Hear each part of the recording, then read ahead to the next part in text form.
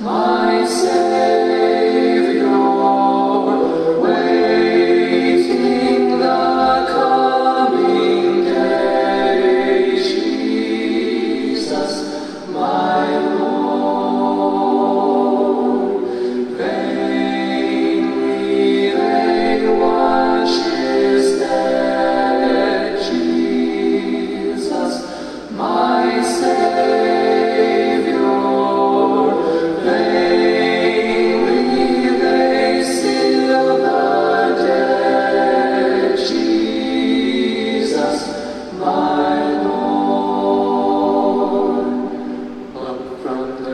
He arose with a mighty triumph for his foes.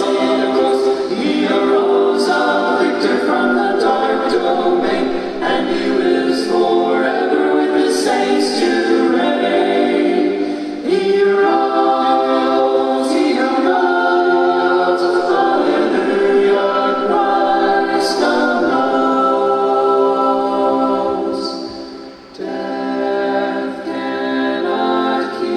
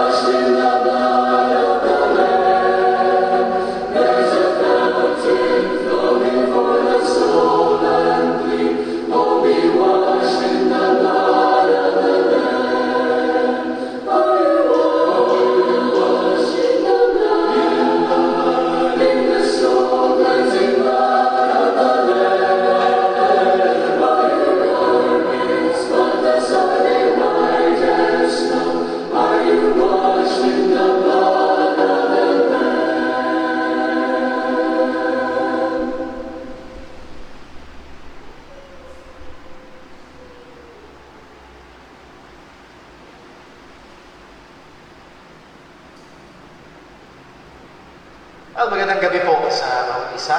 Hindi po nagpapatuloy tayo ng pakasalamat sa Diyos sa kanyang biyaya na tayo po ay meron pa rin gawain, ang ating panggabing gawain. Welcome po sa evening services sa Jesus Christ Baptist Church. Gusto natin i-welcome ang ating mga kapatiran at kaibigan na nakatunghay sa ating live stream. Papasalamat tayo sa Diyos ngayong umaga. We have a record-breaking attendance since the pandemic. At sa biyaya ng Panginoon ay ngayon po ay under MGCQ. We are allowed up to 50%. And we are still maintaining as much as we can the safety protocols na ibigay mo ng IATF. And we are making sure na ventilation ay okay, physical distancing ay ino-observe. And kayo ng umaga ay medyo naging extra special, dagdagan, kumbaga, sapagkat nagkaroon tayo ng fellowship after ng ating gawain. At ito po ay farewell fellowship para po sa Kapay-Kapay family. Sa ating mga kapatiran na hindi pa po nababalitaan, Lord willing, ang mga Kapay-Kapay, Lord Arnold, si Sister Arlene Kapay-Kapay, together with their 3 lovely daughters, will be going back to Samar. That will be on Wednesday evening. Pag-pray natin yung kanilang biyahe. Nakita natin ngayon na maulan at ang panahon ay hindi ganun kaganda. So let's pray na maging safe ang lahat, maging smooth sailing ang kanilang pagbalik doon sa Samar. Doon naman po ay sila ay pupunta doon sa church ng tatay ni Sister Arlene. Ang kanya pong ama ay isang pastor, isang kamagagawa sa gawain ng Panginoon. And I believe na sila po ay magiging blessing doon at magpapatuloy sa pananampalataya doon. So, let us be praying for the Kapay-Kapay family. Pray din po natin ang ating mga kapatiran, Sister Jinjin, alam natin yung kanyang pinagdadaanan, and she has a blessing na share sa atin na na-approve ng PCSO ang 10,000 worth ng kanyang pong gamot. So, that's a big, big blessing. That is at least 3 linggo ng kanyang pong mga gamot. So, napakalaking biyaya po noon. And let's praise God for that. Let's pray patuloy para kay Brother Dave. Sabi niya po nung Friday, 2 doktor, magkaiba ng opinion, isang Botox A, isang Botox B. So let's pray for wisdom, guidance, and also provision. Lalo na doon sa Botox B na manggagaling pa sa ibang bansa na hindi po makarating dito. So pray po natin mga bagay po na ito. Muli, ang ating mga kapatiran na available and able sa biyaya ng Panginoon, would like to encourage next Sunday. Marami po kanina sa biyaya ng Diyos ay namangha sa ating mga bahay-sambahan dahil talaga naman nahandoon yung pagkakaayos, yung maganda, talagang meron ako nag-comment, mukha na daw church talaga. Well, again, purihin ang Panginoon, and these are all blessings of God. Hindi mo siya ginamit para po mangyari ito. Pero tunay na napakabuti ng Panginoon. We would like to encourage not just to see the place, but to really worship God with us. Lalo na po sa ating mga kapatiran, ito po ay malinaw ang kalooban ng Panginoon. So we were able to have a fellowship, good fellowship, with food, at tunay na mga bagay po na yan ay nakakamangha, nakakamiss at isang kaganakan. Okay, so bago po tayo lumako sa atin pong tawag ng pagsamba, reminder, Wednesday, time in the Word, Friday, time in the Word, and prayer room. We are maintaining na online ang ating prayer meeting sapagkat marami tayong mga kapatiran na hindi makaka-attend ng Friday evening because of meron pa rin tayong mga curfews sa iba't ibang mga barangay. Tingin ko po ay mas mainam pa rin yung ganong kalagayan na online po ang ating prayer meeting. Okay, bago po tayo sa ating panawagan ng pagsamba, ito ay sandali ng katahimikan upang tayo personally ay lumapit sa Diyos, manalangin sa Kanya, salisigin tayo, at i-confess sa Kanya ang man ang kasalanan, ihanda ang ating mga puso sa pagsamba sa Panginoon. Let's pray.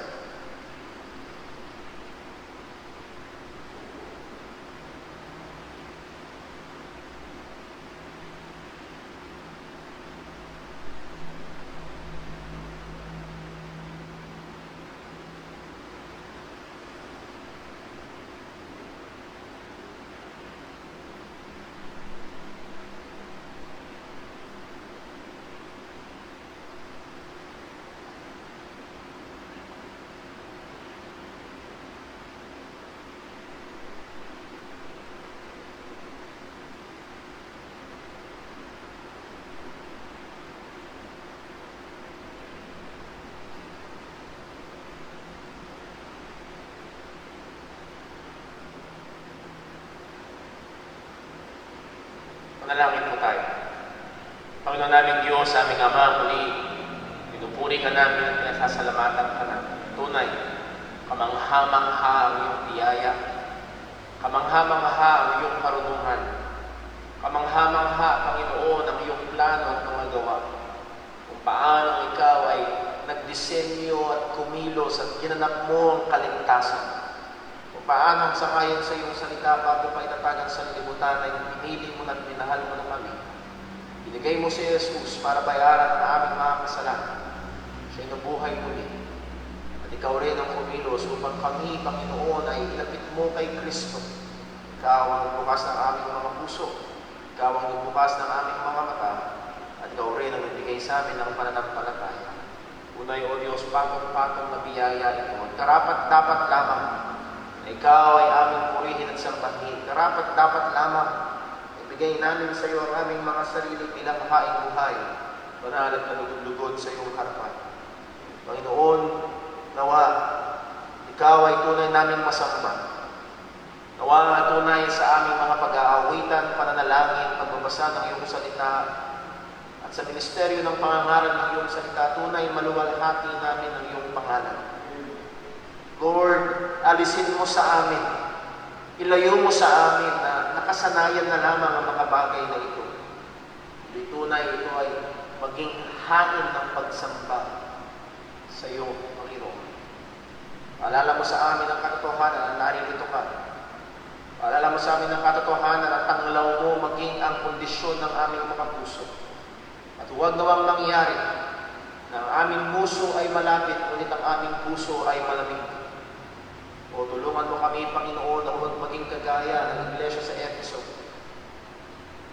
na nalalamig sa pagmamahal sa iyo. O Panginoon, ingatan mo kami, tulungan mo kami.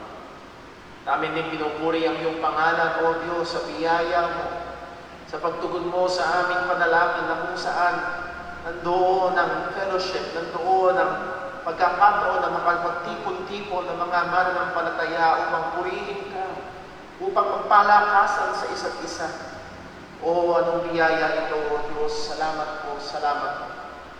Tunay, Panginoon, nawa, kung ikaw patuloy na kumilos sa aming mga kapatid.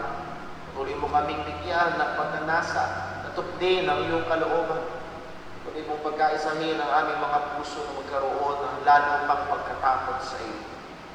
Muli, O Diyos, sa lahat ng ito, ikaw patuloy na maitaas.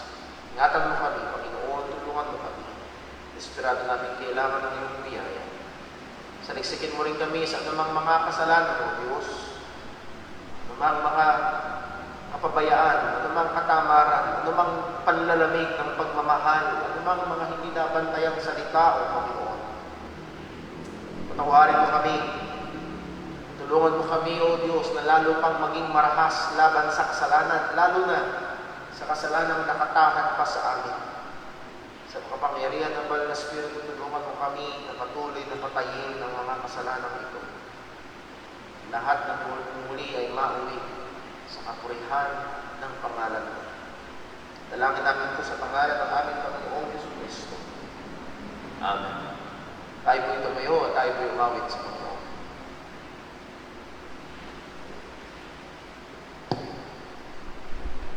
Tayo po lumawit. Awitin po natin, Oh, hail the power of Jesus. Amen.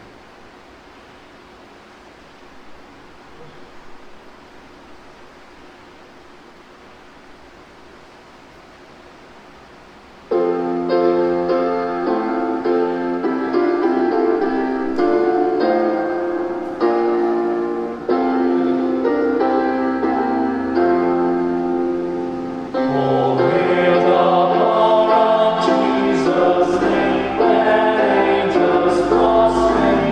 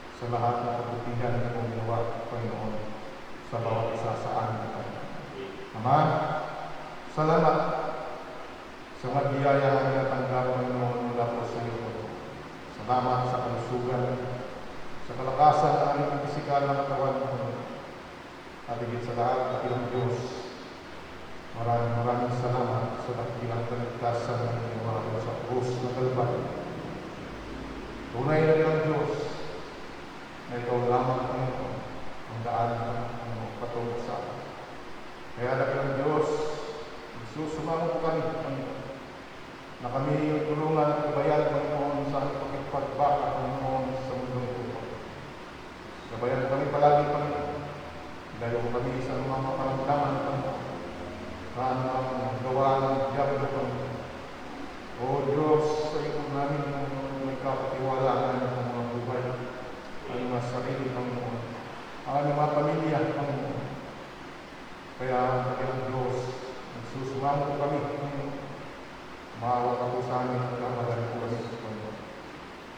Panginoon, sa gabi ito, likha kami ng pusong kumbaba ng nasa munod sa iyong katulungan.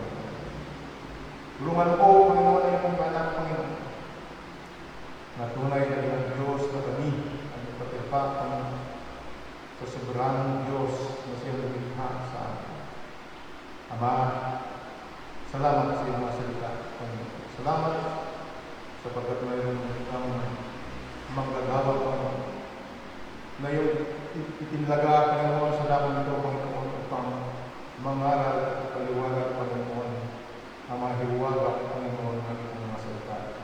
Salamat ka, Lord, Panginoon, ang pastor sa mga. At nawala ka ng Diyos, patuloy mo sa nagabayan, bigyan ng karunungan, Panginoon, kalakasan, ganoon din po, Panginoon, ang kanyang mga bahay, Panginoon, kaya anak, Panginoon, sa team. Natanong ko sila, Panginoon, at nawala, Panginoon, ikaw po ang bigay ng lakas, Panginoon, sa kanilang pamilya. So, Panginoon, ganoon po, ang aming mga kapatiran, Panginoon. Iwasan po sila, Panginoon, sa kasalanan, Panginoon. Palakasin mo po, Panginoon, ang pananampalataya, Panginoon.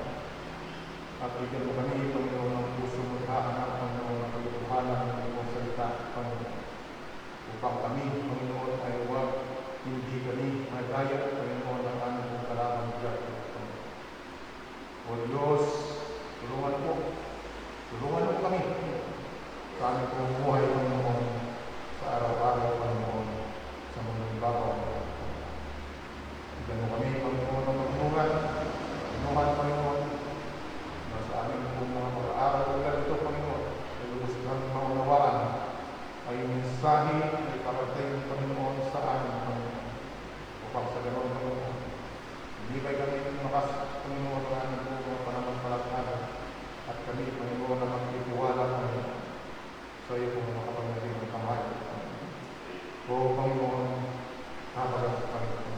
Ang aming bawat mga pamilya, aming mga kapatid na nasa bahay-bahay, ang aming mga kapatid na mayroon kong mga karamdaman, O Diyos, kung natutuwang hindi ko mapagpapalat ng kamay, buti mo sila, upang sa mga susunod ng mga gawain, Panginoon. Sila, Panginoon, ay makasama namin, Panginoon, sa pananampahan. O Panginoon, salamat sapagkat mayroon ang hindi kalayaan, Panginoon, ng tipon, Panginoon, sa bahay, ng bahay ng Panginoon. Salamat, Panginoon, sa presensya, Panginoon, ng bawat isa, Panginoon, kaninang umaga, Panginoon, na kami, Panginoon, ay kakasama-sama, Panginoon, ang aming mga kapatid, Panginoon. Kaya ang Diyos, nawa, sa mga ibang mga araw at darating, Panginoon, ay ito, Panginoon, ay babalik sa mga mahal, Panginoon. Salamat po.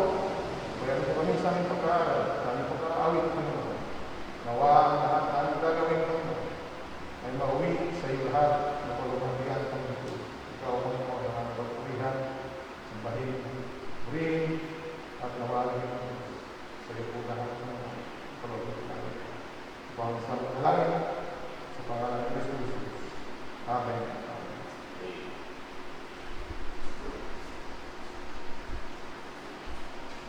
Awitin sumawit, awitin po natin Amazing Grace.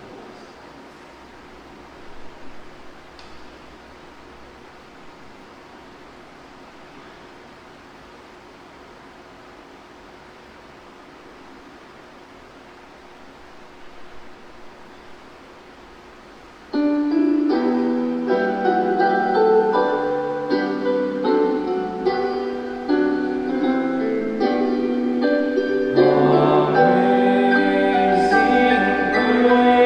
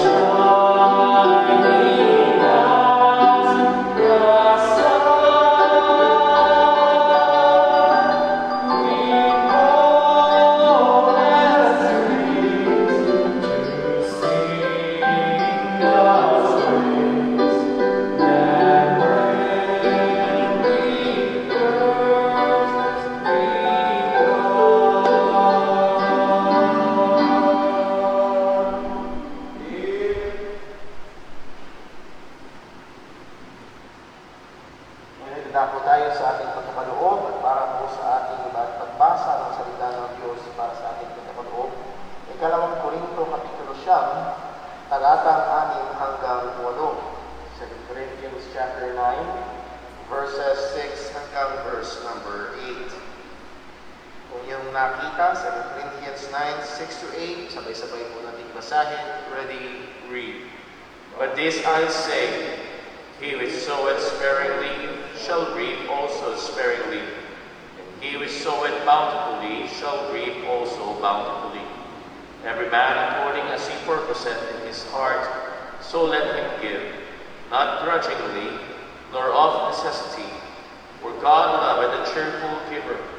And God is able to make all grace abound toward you, that ye, always having all sufficiency in all things, may abound to every good work. Malayan po ng Diyos sa pagkabasa ng kanyang mga salita. Manalangin po tayo. Panginoon, tunay nakakamangha ang iyong biyaya na umabot sa amin ng mga patay sa kasalanan. Nakakabangha ang iyong biyaya na nagbukas ng aming mga puso. Ang iyong biyaya na nagbigay sa amin ng pananampalataya. At ang iyong biyaya pa rin ang patuloy na kumikilos sa amin sa araw-araw upang mabuhay bilang mga mananampalataya. At ang iyong biyaya pa rin, Panginoon, na magdadala sa amin sa iyong piling. At ang iyong biyaya pa rin na magbabago sa amin sa wangis ng aming Panginoong Jesucristo. Tunay, lahat, mula sa simula hanggang sa dulo, ay biyaya mo. Purihin ka, O Diyos. Salamat, Panginoon, sa pagkabinigyan mo kami ng pagkakataon na ikaw ay patuloy na sambahin, papurihan sa patong-patong na biyaya mo na nagkaloob sa amin. At narito, O Diyos, aming nabasa, nandoon ang iyong pagnanasa ng aming puso ay nasa wastong kalagayan sa aming pagkakaloob. Panginoon, nawa masuntungan mo na may kagalakan kami. Nawa masuntungan mo na may pagmamahal kami. May pagsamba kami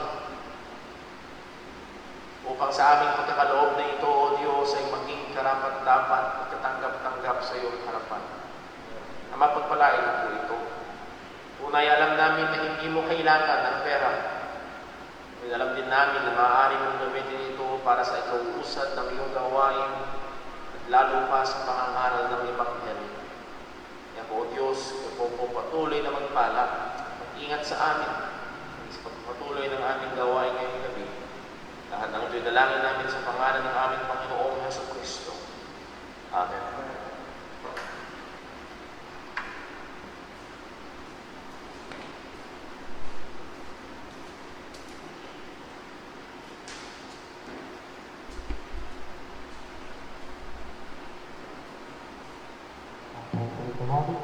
Ulitin po natin ayon Kristo.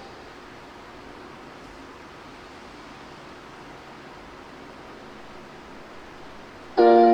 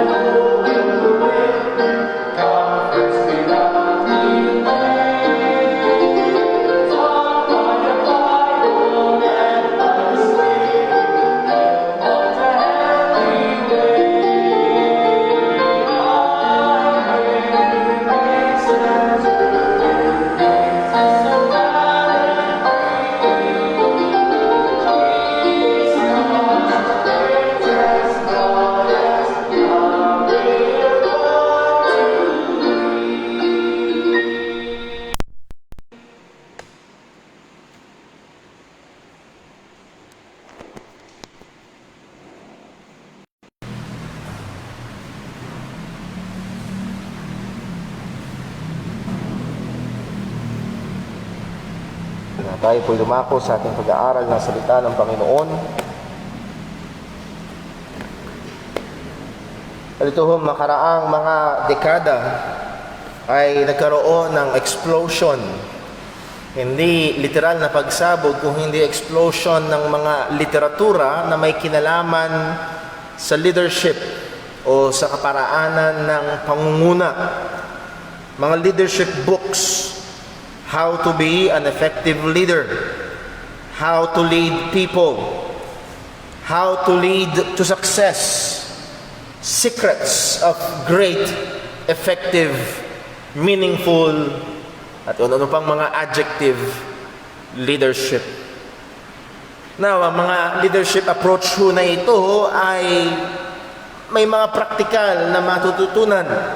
Pwedeng makatulong sa maraming kaparaanan, ngunit pagdating ho sa mga nilagay ng Diyos na tagapanguna sa loob ng iglesia, kung merong isang katangian ng tagapanguna na dapat na nangingibabaw sa isang manggagawa, sa isang inilagay ng Diyos sa tagapanguna sa iglesia, ay walang iba kung hindi ang pagiging gospel-centered.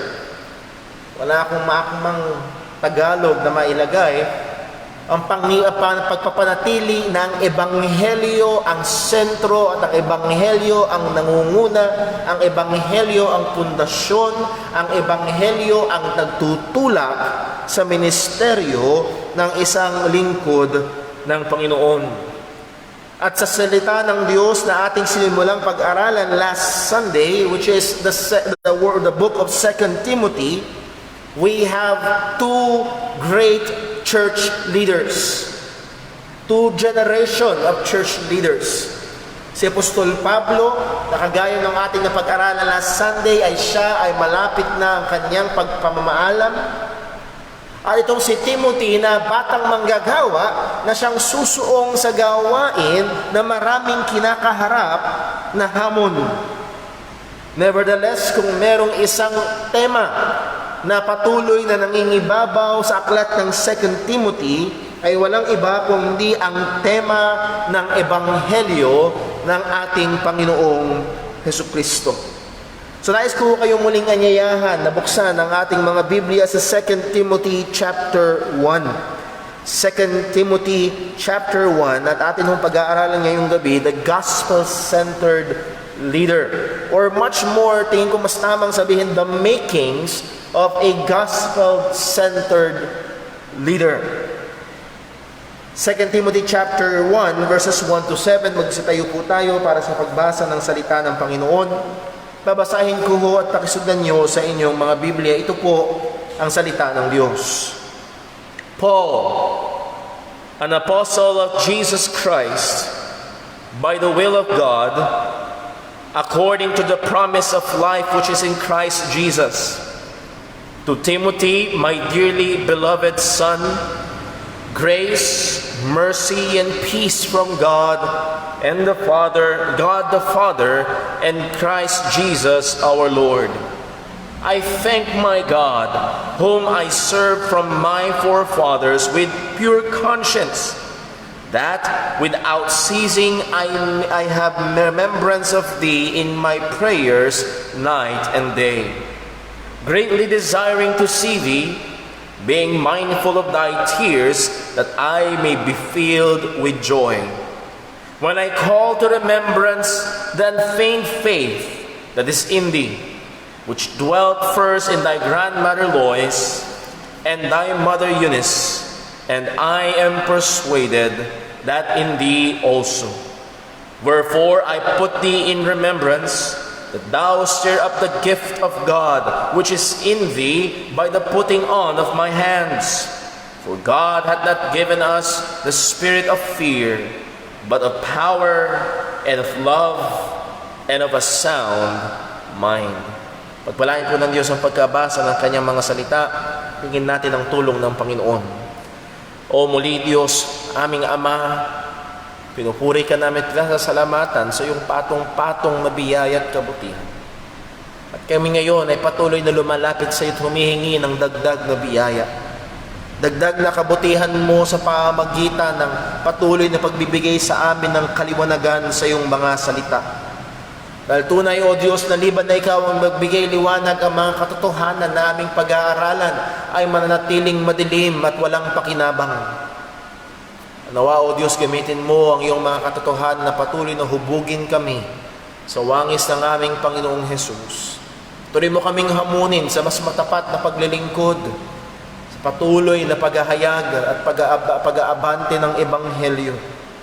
Nawa, O Diyos, Ikaw ang patuloy na maluwalhati sa lahat ng ito.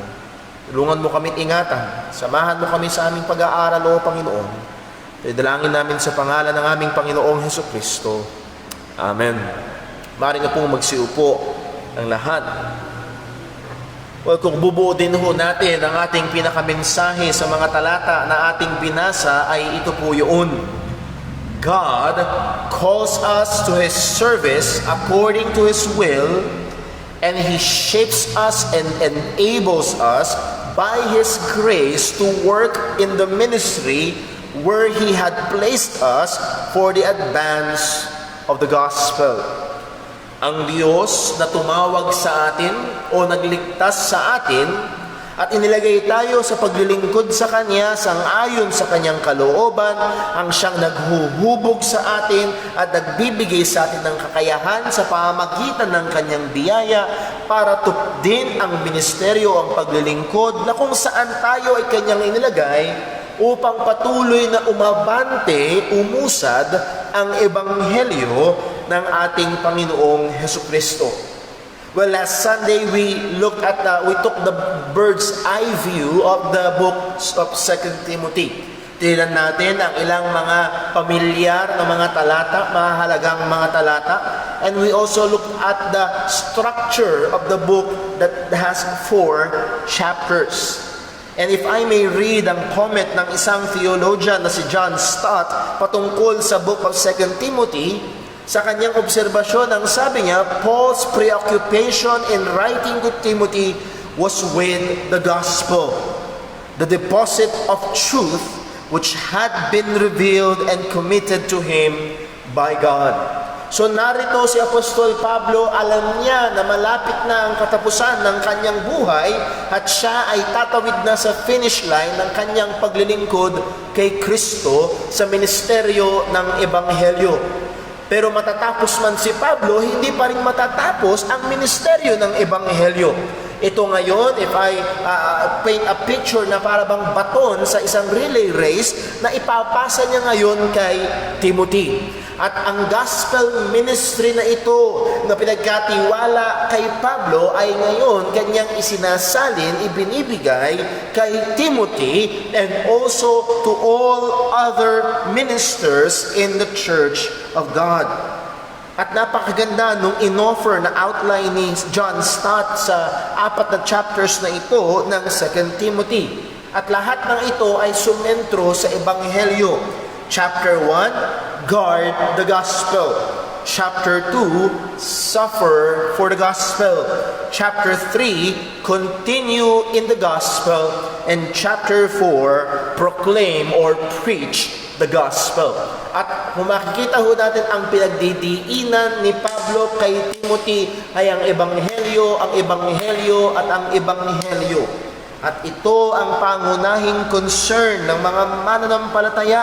Ito ang pangunahing concern lalo na ng mga lingkod ng Panginoon sa iglesia na nangunguna sa mga iglesia ng Panginoong Hesukristo. Ang pangunahing concern ay walang iba kung hindi ang Ebanghelyo. Dumating man ng mga pagsubok, meron mang mga pag-uusig, nandun man ang mga kalaban, at meron mang mga humaharang, kailangang magpatuloy sa paglilingkod sa ministeryo ng Ebanghelyo. At sabi ko nga ho kanina, narito sa unang tagpo, narito sa ating harapan ang tila baga pag-uusap, pero hindi siya dialogue, kung hindi mga salita ng isang leader sa isa pang leader o sa susunod na leader sa loob ng iglesia.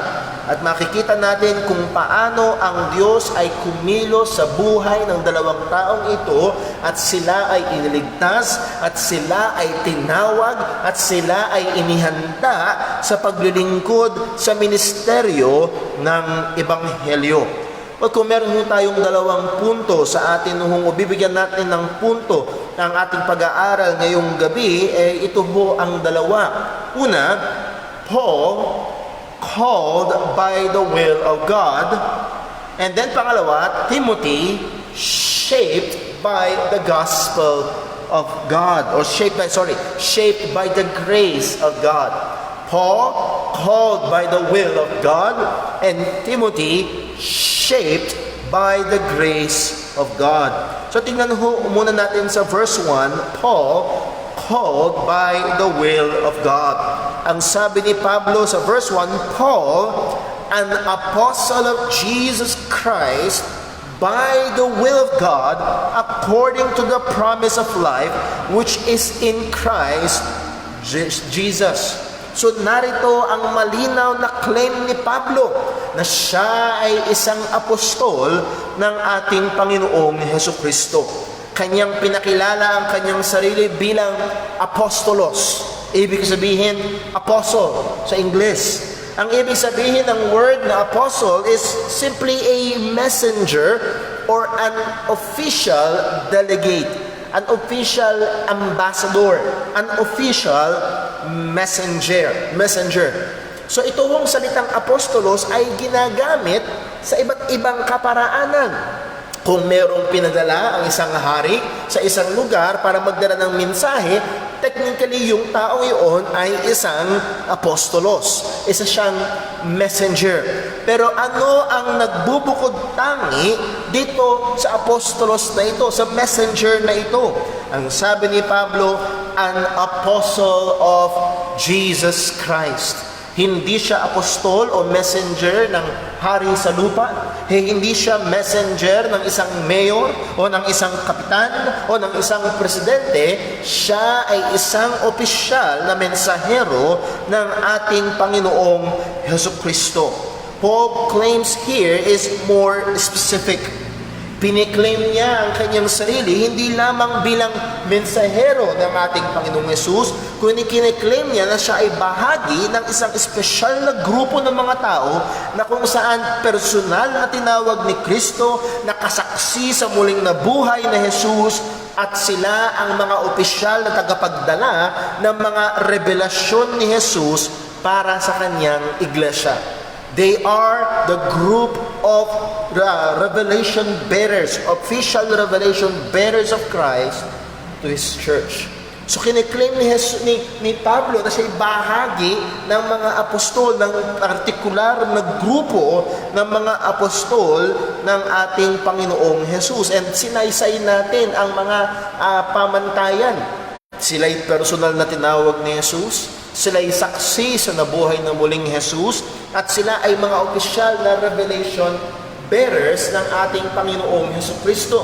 Maraming patao sa panahon natin ngayon ang nagke-claim, even nagpapatawag na sila ay apostol, maybe in a technical sense that they are messengers, but if their claim is that they are the same or part of or equal to, sila bahagi, kasama at kapantay ng mga partikular, espesyal, 12 apostol ng ating Panginoong Kristo, well, hindi ho sila lumalapat sa pamantayan.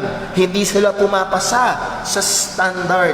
Pero narito si Apostol Pablo, kiniklaim niya, he is an official apostle of the Lord Jesus Christ. At ang pagiging apostol ni Pablo, alam ho natin na merong uniqueness. Siya mismo, sinabi niya, tinawag niya ang kanyang sarili na one that is born out of due time. His apostleship, in a word na mas maunawaan natin, he is premature born. Daglian, biglaan, kakaiba. Yung ibang mga apostol ay tinawag ng Panginoon nung siya'y nasa earthly ministry. Pero pagdating kay Apostol Pablo, siya ay nasa direksyon na uusigin o inuusig ang iglesia ng ating Panginoong Kristo, at siya ay pinahinto na Jesus dun sa kanyang direksyon na yon, at tinawag siya at siya niligtas at tinawag sa pagiging apostol. And we know ng storya na yan sa Acts chapter 9. He viewed himself as the least of all the apostles. Hindi lamang one that is born under due time, kanyang titignan ang kanyang sarili bilang pinakamababa, pinakamaliit sa lahat ng mga apostol, at ang kadahilanan nito ay dahil kanyang, inusig ang iglesia ng ating Panginoong Hesukristo. Nevertheless, ang katotohanan pa rin ay hindi nagbabago. He is an official apostle of Christ. And nandun din yung isa pang uniqueness, he is an official apostle to the Gentiles. Hindi ibig sabihin na siya lang ang dapat pakinggan ng mga hentil, pero siya ay ibinukod ni Kristo partikular na magministeryo pangunahin sa mga hentil. Hindi ibig sabihin na sa mga hintil lamang nangaral si Pablo. Pag binasa natin ang Book of Acts, pag pumupunta si Pablo sa mga lugar, saan siya unang pumupunta? Una siyang pumupunta sa mga sinagog, kung nasaan ang mga Hudyo. Yun ang una niyang pinapangaralan. Kaya nga, totoo, at yung akto, yung gawa ni Pablo ay sang-ayon doon sa kanyang pahayag. For I am not ashamed of the gospel of Christ, for this is the power of God unto salvation to the Jew first. Andoon sa panahon ay ang ebanghelyo ay unang iniaalok sa mga Hudyo. Pero pagkatapos sa mga Hudyo, magpapatuloy ng pangangaral si Pablo sa mga hentil. So narito ang isang apostol. At ang sulat ng 2 Timothy ay sulat ng apostol ng ating Panginoong Hesukristo. Hindi lamang ang 2 Timothy, marami pang aklat sa Bagong Tipan ay sinulat ng opisyal na apostol ng ating Panginoong Hesukristo. And what does that mean? What does that entail? It means that this is a divinely inspired letter. This is maybe the words of the Apostle Paul, but also it is truly 100% the words of God. Salita ng ating Panginoong Diyos. Hindi lamang para sa tao na si Timothy o si Titus o si Philemon, hindi lamang para sa mga iglesia sa Thessalonica o mga iglesia sa Galatia o sa Ephesus, kung hindi ito ay salita pa rin ng Diyos para sa ating mga mananampalataya sa kapanahunan na ito at sa mga susunod pa. Ito ay salita ng Diyos para sa kanila at para sa atin, at ito'y siguradong salita ng Panginoon sapagkat ang nagsaysay nito ay isang opisyal na mesahero ng ating Panginoong Hesukristo. Well, kung tatanungin mo si Pablo, saan galing ang kanyang pagiging apostol? Ang sabi niya again sa verse 1, an apostle of Jesus Christ by the will of God. The origin of his apostleship. Sa 2 Corinthians, ang isa sa mga malaking problema na dinidil ni Pablo ay merong mga tao sa Corinto na nagpapanggap ng mga apostol. Actually, hindi lang basta apostol, sila ay nagpapanggap ng mga super apostles. That means that they are way better than the apostles. Actually, kanilang sinasaysay na mas marunong sila, mas mahusay sila, mas prepared sila kaysa kay Pablo. Sabi nila, si Pablo, mahusay lang yan sa sulat, pero sa personal, walang sinabi yan.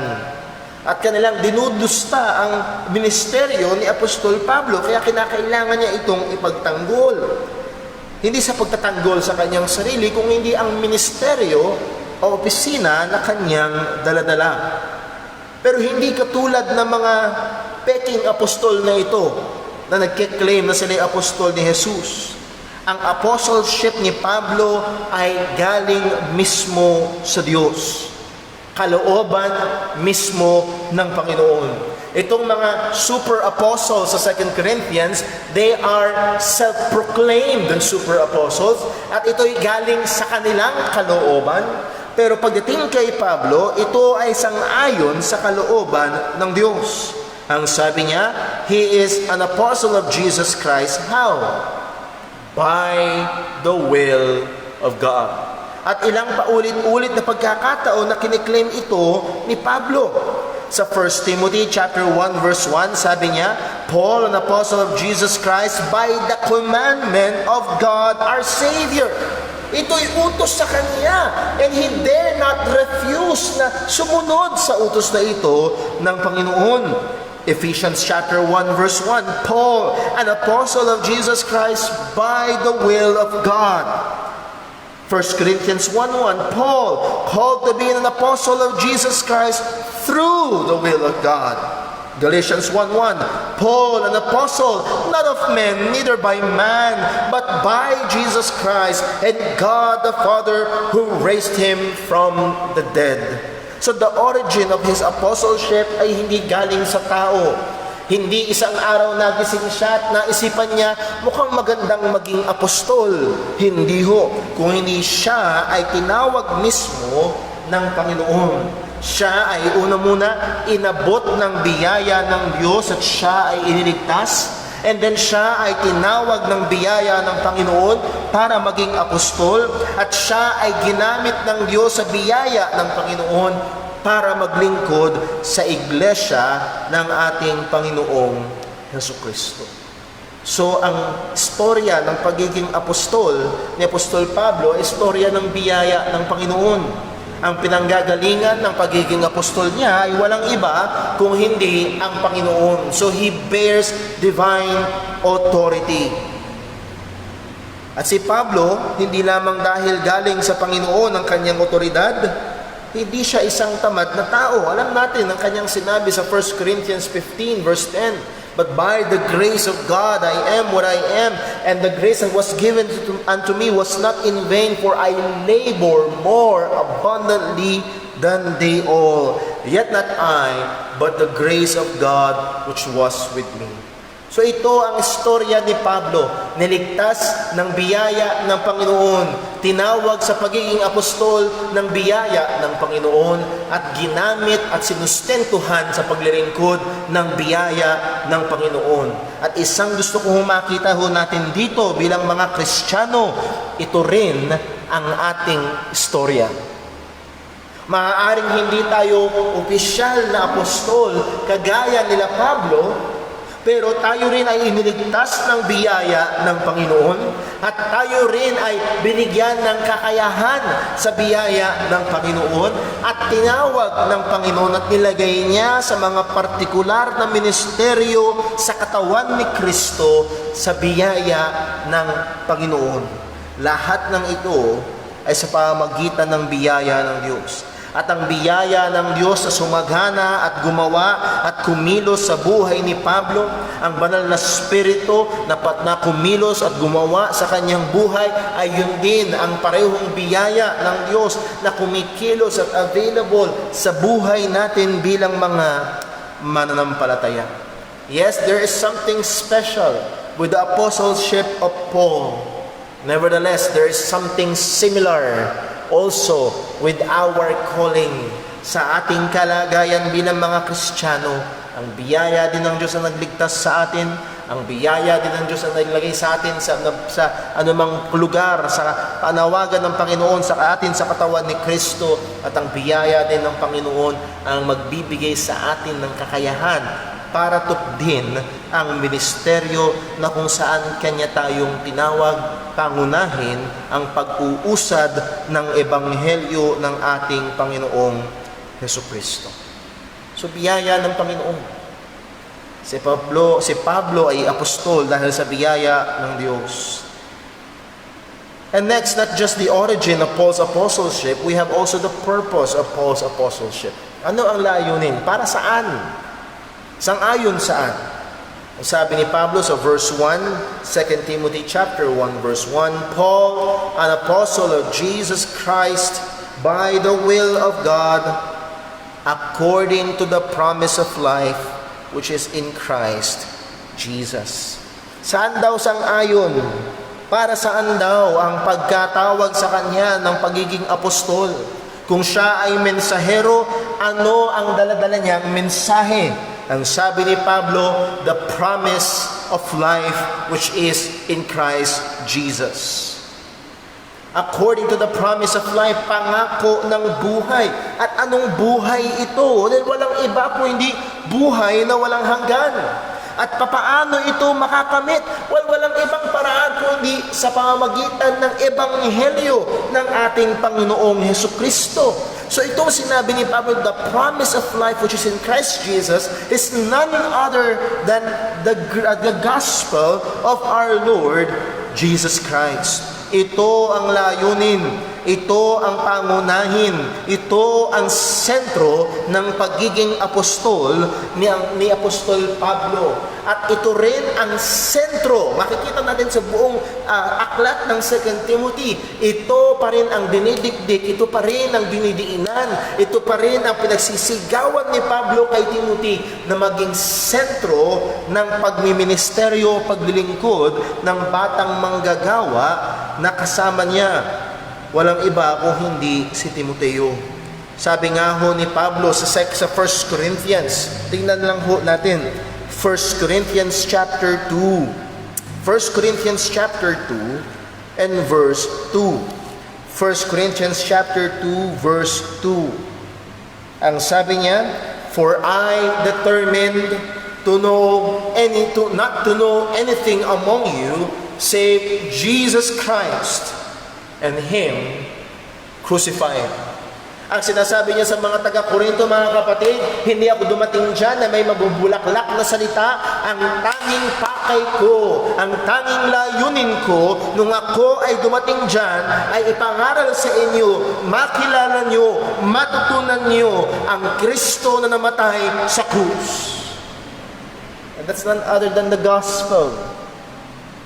Ang ebanghelyo, ito ang sentro.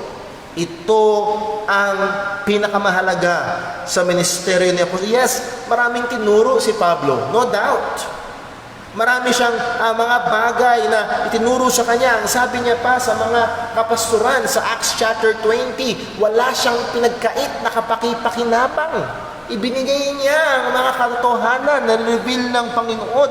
Nevertheless, kung merong pangunahin, kung merong pinakamabigat, kung merong pinakamahalaga sa lahat ng ito, ay walang iba kung hindi ang ebanghelyo.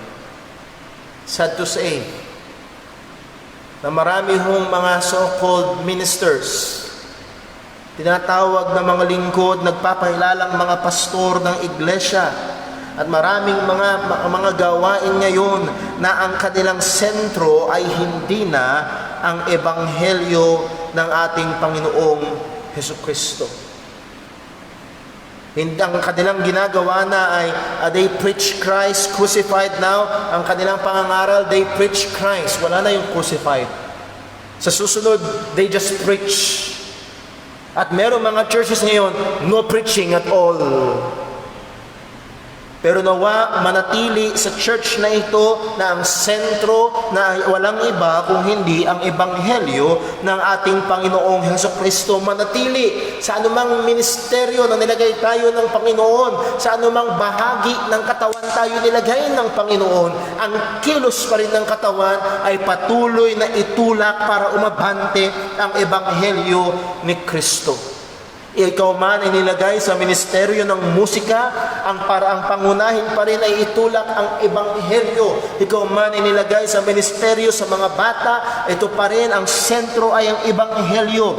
Ikaw man ay nilagay sa ministeryo, maaaring sa church, sa local ministry, sa pagsundo, pagmamaneho, ang iyo pa rin sentro ay pag-ebante ng ebanghelyo. Ikaw man ay tagalinis ng church, gagawin mo pa rin ito para mag-itulak pa abante ang ebanghelyo. Ito ang sentro. Nakakalungkot, marami hong mga mangangaral, ang sentro na ng pangangaral ay politika, ang sentro na ang layunin ng pangangaral ay mag-entertain ng mga tao, ang kanilang pangunahing ibinabandera ay pagliligtas sa kalikasan, at wala na silang ibang naisin kung hindi pagalingin ang lahat ng iyong problema. At si Kristo ang gamot. Pero hindi na ang ebanghelyo ang sentro. Mga kapatid, nawa kung paano pinagdidiinan ni Pablo na ang kanyang ministeryo ay ang promise of life which is in Christ Jesus, the gospel. Ang ating ministeryo din, yun din ang dapat maging sentro. The center of our ministry is still the same. It is still the gospel of Christ. Ang ebanghelyo ni Kristo na maipangaral sa mga hindi pa ligtas, sa ikaliligtas. At ang ebanghelyo ni Kristo na maipangaral sa mga mananampalataya sa patuloy na ikahuhubog ng buhay sa isang buhay na karapat-dapat sa ebanghelyo. A gospel-shaped life. So we must keep the gospel as the center of our ministry. Kung paano ang ebanghelyo ang sentro ng ministeryo ni ni Pablo.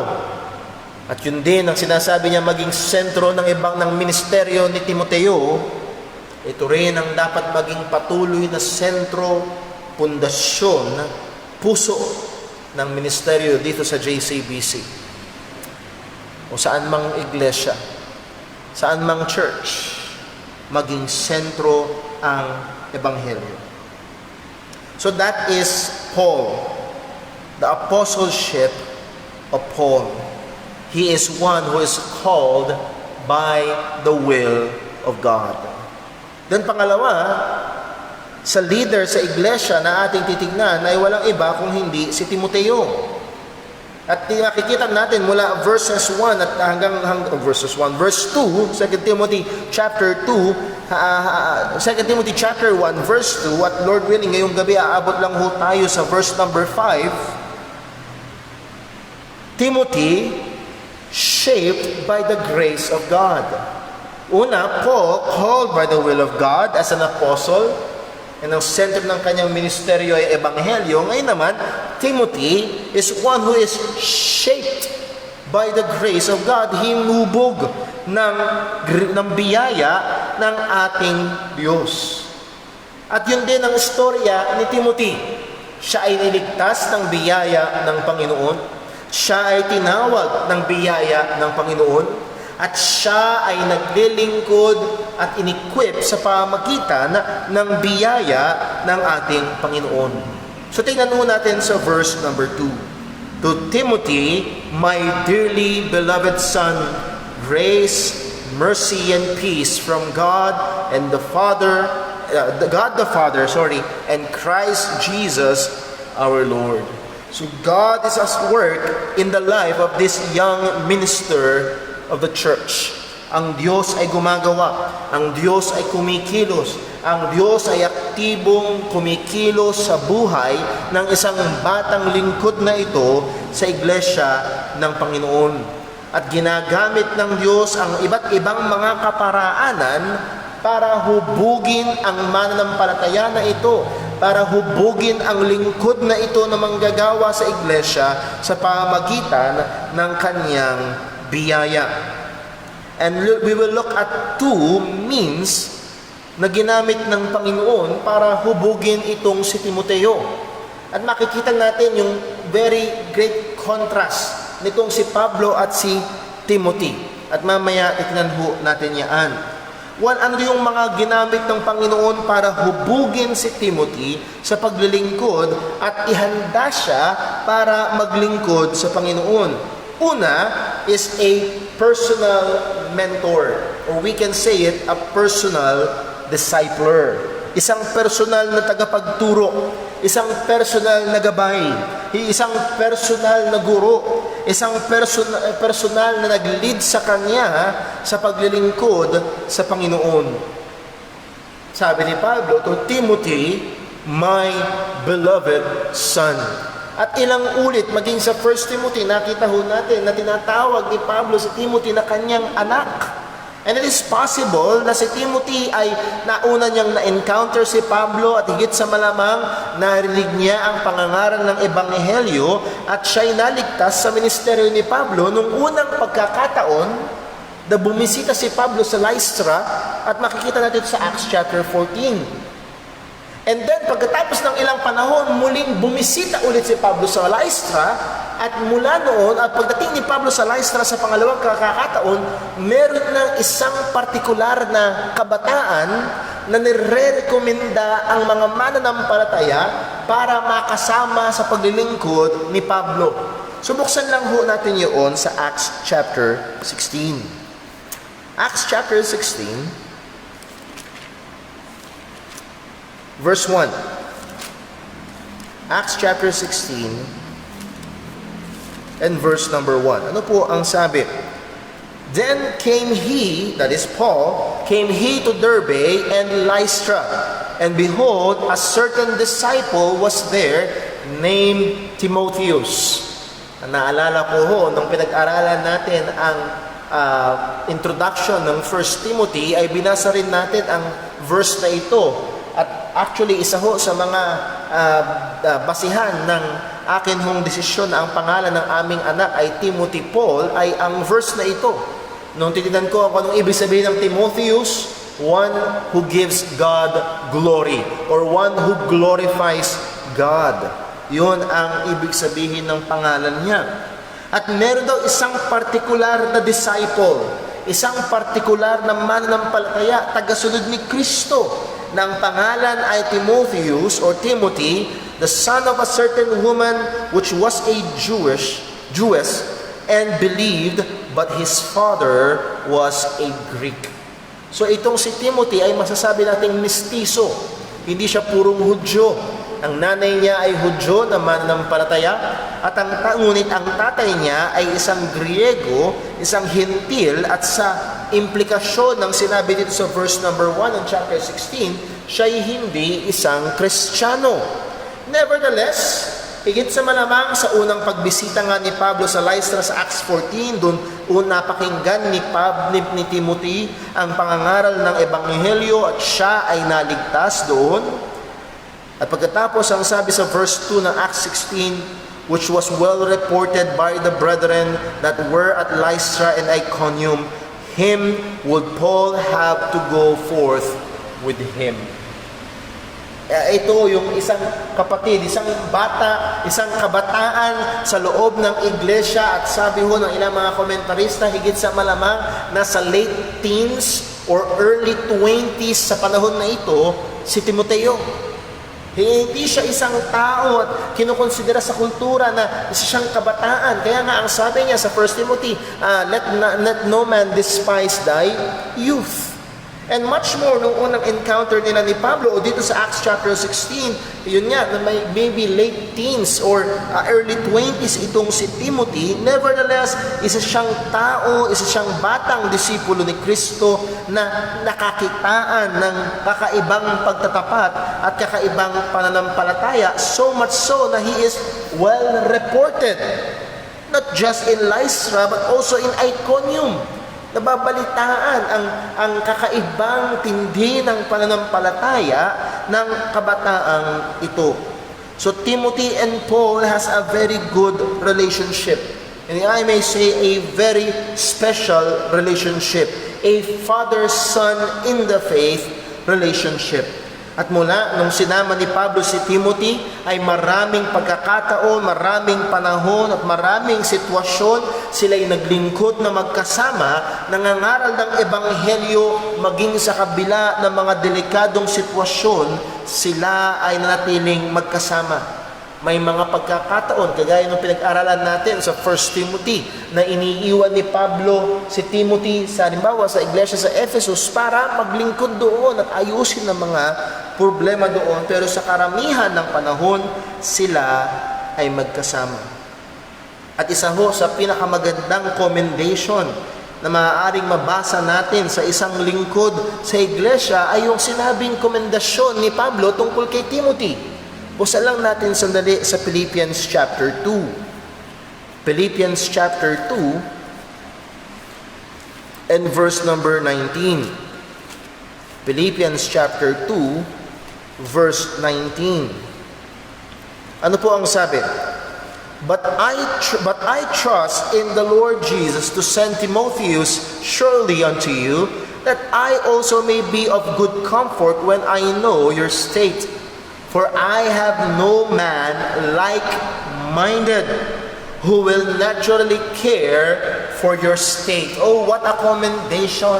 What a comment patungkol sa isang lingkod na ito. Ang sabi ni Pablo, he is like-minded sa paraan ng pag-iisip, sa paraan ng pananaw sa ministeryo, pareho ang aming kaisipan.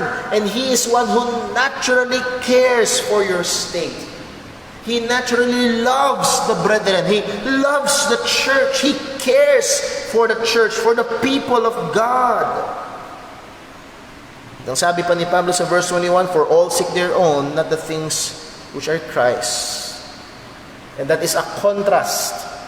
Marami ang mga maaaring nagpapakilalang manggagawa at ang layunin ay ang kanilang sariling pakinabang, pero in contrast, Timothy cares for their state.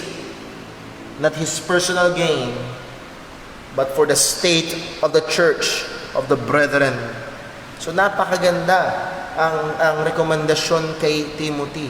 At narito kung saan si Timothy kasama ni Pablo ay naglingkod sa maraming panahon, magkasama sa maraming panahon, at walang ibang tagapagturo si Timothy kung hindi si Pablo.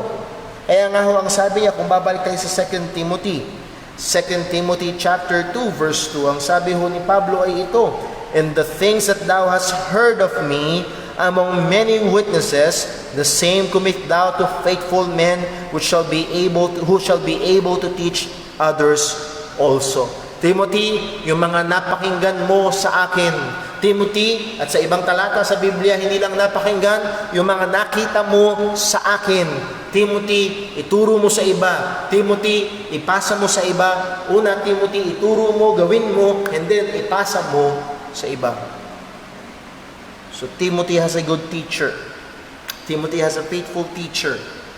Timothy has a faithful disciple. Walang iba kung hindi si Apostol Pablo. At ganun kumilos ang Panginoon.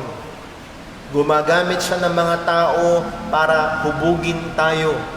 And I hope we can go back sa ating buhay Kristiyano. Even as today, God uses people to influence us, to teach us. Ito ay isa sa mga instrumentality ng Panginoon, and we should not disregard them. Yes, we have the Bible, but also yes, God gave teachers na kung saan sila ay gagamitin ng Panginoon para hubugin ang maaaring mga susunod na henerasyon, turuan ang mga mananampalataya. Sabi nga ho ni Pablo sa Ephesians chapter 4, basahin na natin, hindi ko masyadong makot ngayon. Ephesians chapter 4, verse number 11, ang sabi niya, and gave some apostles and some prophets and some evangelists and some pastors and teachers for the perfecting of the saints, for the work of the ministry, for the edifying of the body of Christ. So merong mga taong binigay ang Panginoon para sa iglesia, para sa ikamamature ng mga mananampalataya, para maging kagamit-gamit sa gawain sa paglilingkod sa Panginoon at pag-ebante ng Ebanghelyo ni Kristo. So narito ang ginamit ng Diyos, isang lingkod, si Pablo, sa buhay ni Timoteo. Kaya nga ang sabi ni Pablo, we will go back sa chapter 1 ng 2 Timothy.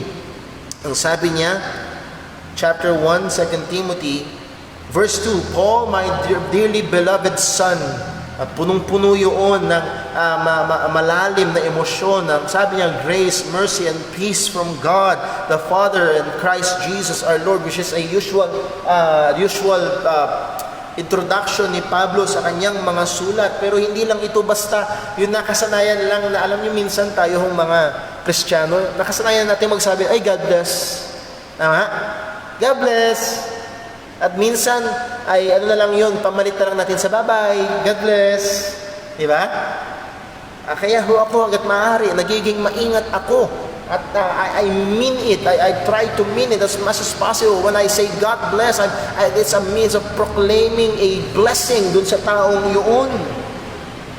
Pero narito si Pablo, yes, maaaring ito yung kanyang kasanayan na pag-greet sa kanyang mga sinusulatan, but there is that weight sa kanyang sinabi, grace, mercy, and peace.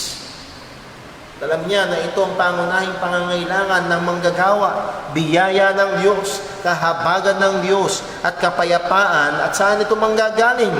Mula sa Diyos Ama at kay Kristo Jesus na ating Panginoon. Sa dami ng haharapin ni Timothy sa ministeryo, sa tindi ng mga problema at ng mga pagsubok, sa tindi ng mga false teachers at false teachings, saan huhugot ng kapayapaan, saan manggagaling ang kalakasan, saan aasa si Timothy, walang iba kundi sa biyaya at habag at kapayapaan mula sa Diyos. Hindi mula sa sitwasyon, hindi mula sa koneksyon niya sa isang politiko, kung hindi mula sa Panginoon. At sabi niya sa verse number 3, and that's Paul, I thank God whom I serve from my forefathers with pure conscience, that without ceasing I have remembrance of thee in my prayers night and day. So itong personal na discipler na ito, itong personal mentor na ito, na ginamit ng Panginoon sa buhay ni Timoteo para hubugin si Timoteo at maglingkod sa Panginoon, ang sabi niya, I thank God. And we may imply there, I thank God for you. Andun yung pagpapasalamat ni Pablo para kay Timothy. Pinapasalamatan na ang Diyos kung paano ang Diyos ay kumilos, kung paano ang Diyos ay nagligtas at naghuhubog at nag-equip sa batang manggagawa na ito at nagsustento sa kabila ng matinding ministeryo na kanyang kinalalagyan. So nandoon ang pagpapasalamat. Kaya ho, isang magandang bagay na ipagpasalamat natin sa Panginoon ang mga kamanggagawa natin sa iglesia, mga naglilingkod, hindi para itaas, pero isa sa mga pinagpapasalamat ko, lalo na doon nakaraang 6 na buwan, na halos walang tao dito sa church, ay pinagpapasalamat ko si Brother Gab. How sad would that be? Na lagi akong mag-iisa dito sa loob ng church at ang kaharap ko ay cellphone lamang. Purihin ang Panginoon sa mga kamanggagawa. Salamat sa Diyos sa mga nagtatapat sa kabila ng kabisihan, sa kabila ng mga problema, sa kabila ng mga pagsubok. Nandoon ang pagtatapat, nandoon ang pagtuwang, nandoon ang paglilingkod sa Panginoon sa iba't ibang ministeryo. And not only Brother Gab na nakakasama sa ating church. Alam ko ho, for a fact, na meron tayong mga kapatiran sa iba't ibang kaparaanan, patuloy na naglilingkod sa Diyos, maybe not in the ministry in this church, but outside. They go out and they help, they give blessings, ginagamit sila ng Panginoon para maging pagpapala sa iba nating mga kapatiran na nangangailangan. Even until midnight, meron tayong mga kapatiran nasa labas at tumutulong. And I praise God and thank God for them. Gaya nga ho kanina sa ating sandaling fellowship. Tunay, ang bawat alaala ng Kapay-Kapay family ay pinagpapasalamat ko sa Panginoon. Sabi ko nga ho, sa kanilang pag-alis dito sa ating church, sa ating lugar, ay hindi ako isang pastor na mawawalan ng problema. Diba yung iba, ay sa wakas umalis din, nawalan ako ng problema. Hindi ho ganun. Kundi bawat alaala ho sa kanila ay mga masasarap na alaala na kung saan ginamit ng Panginoon, nagpagamit sila ginamit sila ng Panginoon dito ho sa atin hong iglesia. And I thank God for them. So let me encourage us to be thankful. Not just to be thankful in the blessings, material blessings na binibigay ng Panginoon, but also be thankful for people blessing. We call them people blessing. Mga biyaya, mga tao na ginamit ng Diyos na maging daluyan ng kanyang biyaya para sa atin. Hindi lamang biyayang pisikal o material, kundi mga taong naglilingkod sa gawain ng Panginoon. I thank God for our deacons. Salamat sa Panginoon. Alam ko kung ganong kabisi ang ating mga kamanggagawa. Pero puyat man, hirap man, pagod man, ay nandoon ang kanilang pagsuporta sa atin hong gawain. I thank God. Ang sabi ni Pablo, I thank God whom I serve from my forefathers with pure conscience. At hindi ho dinisregard ni Pablo yung kanyang lineage bilang isang Hudyo, at malinaw, ang mga Hudyo ay piniling bayan ng Panginoon and they have been serving God even in the temple, in the ministry. Nevertheless, ang binibigyan din dito ni Pablo ay yung kanyang purong konsensya. Hindi ibig sabihin na wala siyang kasalanan. Alam natin na meron siyang kasalanan. Alam natin na siya'y persecuted ng church bago siya naligtas. Alam din natin mula sa Romans chapter 7 na he himself had struggles from sin.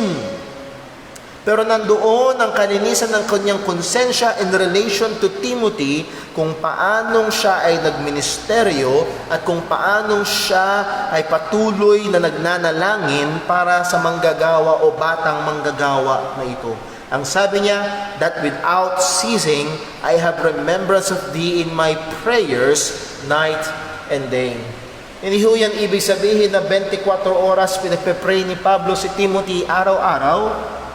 At isa hong key dyan ay yung word na prayer, which is in plural form. Ibig sabihin, isa o marami? Maraming pananalangin. At higit sa malamang, si Pablo ay merong mga panahon na itinakda niya para manalangin. At ang sabi niya, night and day, na maaaring tinaakda ni Pablo yun para talaga ipanalangin. At sa mga takdang panahon ng pananalangin na yun, ay hindi pumapalya na kanyang inilalapit sa Diyos ang batang manggagawa na ito. O mga kapatid, nawa tayo ay matuto sa halimbawa na ito ni Apostol Pablo. Hindi lamang kailangan ng edukasyon, hindi lamang kailangan ng suporta pinansyal, kundi isa sa pinakadakilang kailangan ng mga manggagawa, lalo na ng mga batang manggagawa sa gawain, ay walang iba kung hindi ang inyong mga panalangin. Tunay ang sinabi ni Pablo, maaaring maiksi ang salita, pero napakabigat at napakahalaga. Ang sabi niya, brethren, pray for us. Kailangan namin ang inyong panalangin. Pero sabi niya, walang humpay. Lagi kitang inaalala sa aking mga panalangin araw at gabi. Ang sabi ni Pablo sa verse 4, greatly desiring to see thee, being mindful of thy tears, that I may be filled with joy. And I am convinced from the Word of God, that's how good and how needful fellowship is. O meron ho mga tao, ang kanilang buhay Kristiyano ay para bang sila lang at si Kristo. But no, even Apostle Paul, ang sabi niya, greatly desiring to see thee, that I may be filled with joy. Kaya ho ako personally, meron ho akong mga partikular na mga conferences na pinupuntahan taon-taon. At isa ho sa mga dahilan ng pagpunta sa mga conferences, yes, para ma-challenge ka sa pangangaral, pero para makasalamuha ang mga kapwa manggagawa. And God has used it many times to remind, to encourage, to give joy. At narito si Apostol Pablo is greatly desiring to see Timothy. He is not an island. Paul knows he needs Timothy. He needs fellowship. Sa bandang dulo ho ng kung natin sa 2 Timothy chapter 4. 2 Timothy chapter 4 verse number 9. Nang sabi ni Pablo, do thy diligence to come shortly unto me, or quickly. Timothy, pagsumikapan mo na makarating dito sa akin ng mabilis. Bakit daw? For Demas hath forsaken me, having loved this present world, and departed unto Thessalonica, Crescens to Galatia, Titus to Dalmatia. Only Luke is with me. Take Mark and bring him with thee, for he is profitable for me, to me for the ministry. Anong sabi ni Pablo? Timothy, bilisan mo, punta ka na dito. Bilisan mo, dumating ka ng maaga. Demas, di na masaya. Iniwan. Nagdag-awol si Demas. Yung iba naman, may mga ministry pinuntahan sa Galatia, sa Dalmatia. Si Luke lang ang nandito. Well, si Luke ay doktor, baka boring kausap, hindi natin alam. Pero yung talagang kakaibang closeness between this father and son in the faith ay nandoon at nandoon yung kanyang pangungulila. The need for fellowship. At sigurado sa mga fellowship na ito, sa mga panahon na sila ay magkakasama, nandoon ay nahuhubog si Timothy na meron siya pagkakataong pagmasdan, obserbahan ang ministeryo ni Pablo at ito ang kanyang magiging pattern. Nung minsan ho ako ay nakikinig sa isang online class, isang recorded class na available online, ang sabi ng tagapagturo, isa sa pinakadakilang edukasyon na nakuha niya sa seminary ay hindi yung sa classroom, kung hindi yung mga pagkakataon na meron siya, na nakasama siya sa mga ministeryo ng mga pastor. At naobserbahan niya, nandun siya, nakaupo siya, pinagmamasdan niya kung paano ang mga manggagawa na ito dinidil ang problema sa church, dinidil ang problema ng mga tao, nagka-counsel sa mga tao, sa iba't ibang mga kaparaan. Ang sabi niya, marami akong natutunan. Sa buhay ng batang manggagawa itong si Timothy, merong ginamit ang Diyos para hubugin siya sa gawain at isa sa mga dakilang ginamit na ito ng Panginoon sa biyaya ng Diyos ay ang kanyang personal mentor, father in the faith, walang iba kung hindi si Apostol Pablo. Well, not just a personal mentor, dito tayo matatapos ngayong gawi, but also a godly heritage. A godly heritage, or to put it more specific, a godly grandmother and mother. Well, kung para mas maganda, godly parents. Pero pagdating sa kaso kay Timothy, ang sabi niya sa verse number 5, when I call to remembrance, 2 Timothy 1 verse 5, pagdating sa case ni Timothy, when I call to remembrance the unfeigned faith that is in thee. So ito yung nagbibigay ng kagalakan kay Pablo, inaalala niya itong walang humpay, itong puro, itong walang dungis na pananampalataya na kay Timothy. Pero saan ito galing? Which first dwelt in thy grandmother voice and thy mother Eunice, and I persuaded in thee also. Nabasa natin kanina sa Acts chapter 16 na ang tatay ni Timothy ay isang Griego, and in the implication, hindi siya mananampalataya.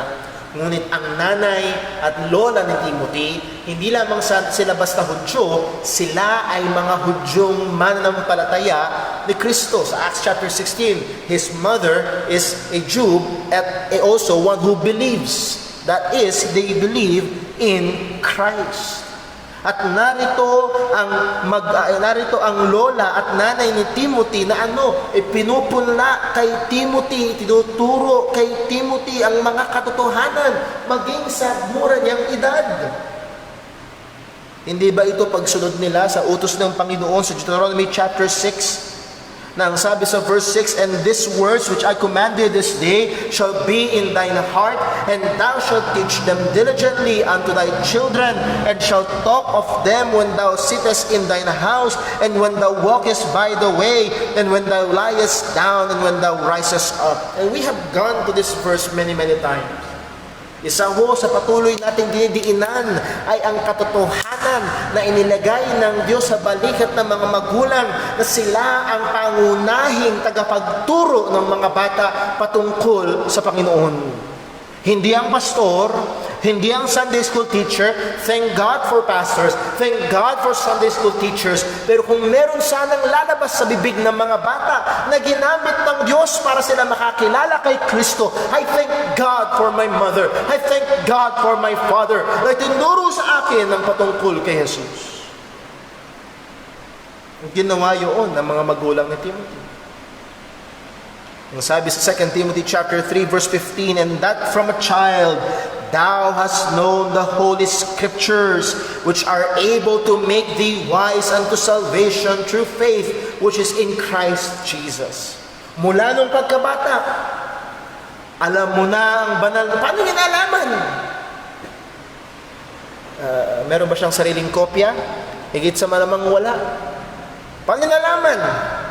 Naroon ang kanyang lola at naroon ang kanyang nanay na matyaga, mapagpasensya, mapagmahal na tinuturuan ang kanilang anak na si Timothy. O mga kapatid, ang pangalan ng anak namin ay Timothy.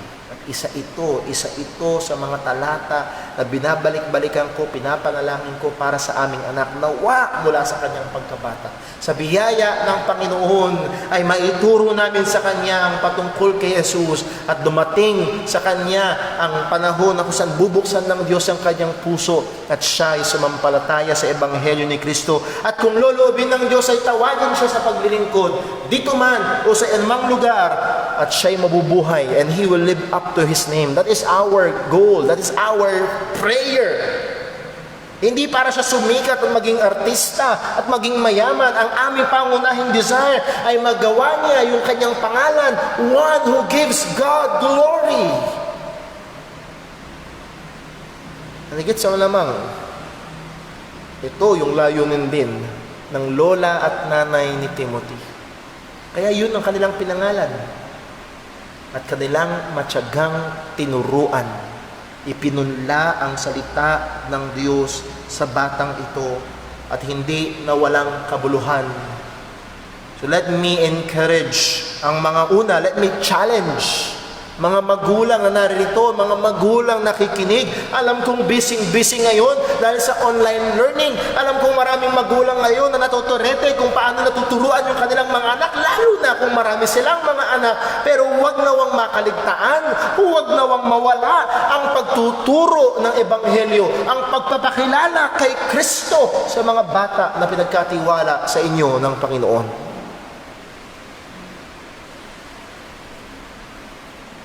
So narito, sabi ni Pablo, when I call to remembrance the unfeigned faith that is in thee, which dwelt first in thy grandmother Lois and thy mother Eunice, and I am persuaded that in thee also.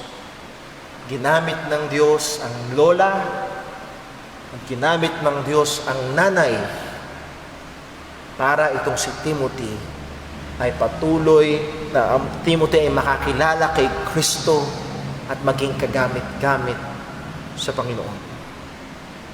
O nawa mga kapatid, mga kapwa ko magulang, ito ay maging pangunahin nating desire para sa ating mga anak. Gusto mo ba ang anak mo ay makatapos ng pag-aaral? That's good. Gusto mo ba ang anak mo ay magkaroon ng magandang buhay? That's good. Pero kung yun lang ang gusto mo para sa iyong anak, wala kang pinagkaiba sa hindi mananampalataya. Nagsusumikap ka bang mapag-aral sila? That's good. Pero walang pinagkaiba sa hindi mananampalataya. Ano ang ipagkakaiba ng isang Kristiyanong magulang kung hindi itinuturo si Kristo? Tinuturo, pinapakilala ang Diyos sa kanilang mga anak. At ito ay ginamit ng Diyos para ihanda si Timothy para sa gawain na kanyang haharapin. And who knows, maaaring ang ating mga anak sa biyaya ng Diyos na ating pinagbubuhusan ng panalangin at pinagbubuhusan ng pagsusumikap ng pagtuturo, pagpapakilala sa kanila kay Kristo, ay gamitin ng Diyos. Iligtas ng Panginoon sa biyaya niya i-equip ng Panginoon sa biyaya niya at gamitin ng Diyos sa biyaya niya. Narito ang dalawang tagapanguna. Si Pablo, galing sa background na persecutor ng church, iniligtas ng Diyos. Si Timothy, galing sa background na simula pagkabata, tinuturuan na patungkol kay Kristo, iniligtas ng Diyos. Narito ang dalawang tao, tagapanguna sa iglesia, na ginamit ng Panginoon. Tinawag ng Panginoon, in-equip ng Panginoon, at sa kaparaanan na may ginamit ang Diyos na tao para i-equip sila. Nandoon ang biyaya ng Panginoon at nawa ito ay makita at mangyari sa ating iglesia.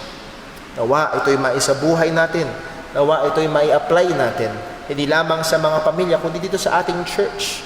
Nawa mayroong mga susunod, yung mga kabataan na susunod sa atin ay mahubog sa pagmamahal kay Kristo, mahubog sa katotohanan ng Panginoon, at sila ay maging tagapagbantay at gayon din tagapag-usad, pagkapangaral ng Ebanghelyo ni Kristo. Let's pray. Panginoon naming Diyos, aming Ama sa langit, salamat po. O Panginoon, thank you. Thank you na ikaw ang kumilos upang kami ay maligtas. Thank you sapagkat ang biyaya mong umabot sa amin at iniligtas kami. Ang biyaya mo rin ang kumilos sa amin at hinubog kami. At patuloy din ang iyong biyaya ang kumikilos sa amin para gumawa kami at maglingkod. Salamat po, O Diyos.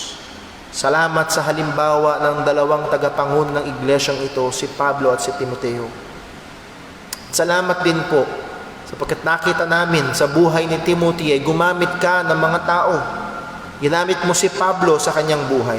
Ginamit mo ang kanyang nanay at ang kanyang lola sa buhay ni Timothy upang siya'y hubugin sa kalagayan na kagamit-gamit sa iyo. O nawa, Panginoon, ang ministeryong ito ay ganun din ang mangyari. Ang ministeryo ng mga nagpanguna ng iglesyang ito ay gamitin mo para sa mga batang henerasyon. At gayon din sa mga tahanan ng kanilang mga magulang ay gamitin mo para ipunla patuloy ang iyong katotohanan, para ipunla patuloy ang Ebanghelyo ni Kristo. O nawa, Panginoon, turuan at tulungan mo kami na hindi maging katulad lamang ng mga magulang sa sanlibutan. Nawa ang aming layunin, oo, ang aming pangarap sa aming mga anak ay hindi kasing babaw lamang ng mga hindi mananampalataya. O Panginoon, ilagay mo sa aming mga puso't kaisipan ang pagnanasa na makita ang aming mga anak na naglilingkod, nagnanampalataya at nabubuhay para kay Kristo. Tulungan mo kami, O Diyos. Ingatan mo kami.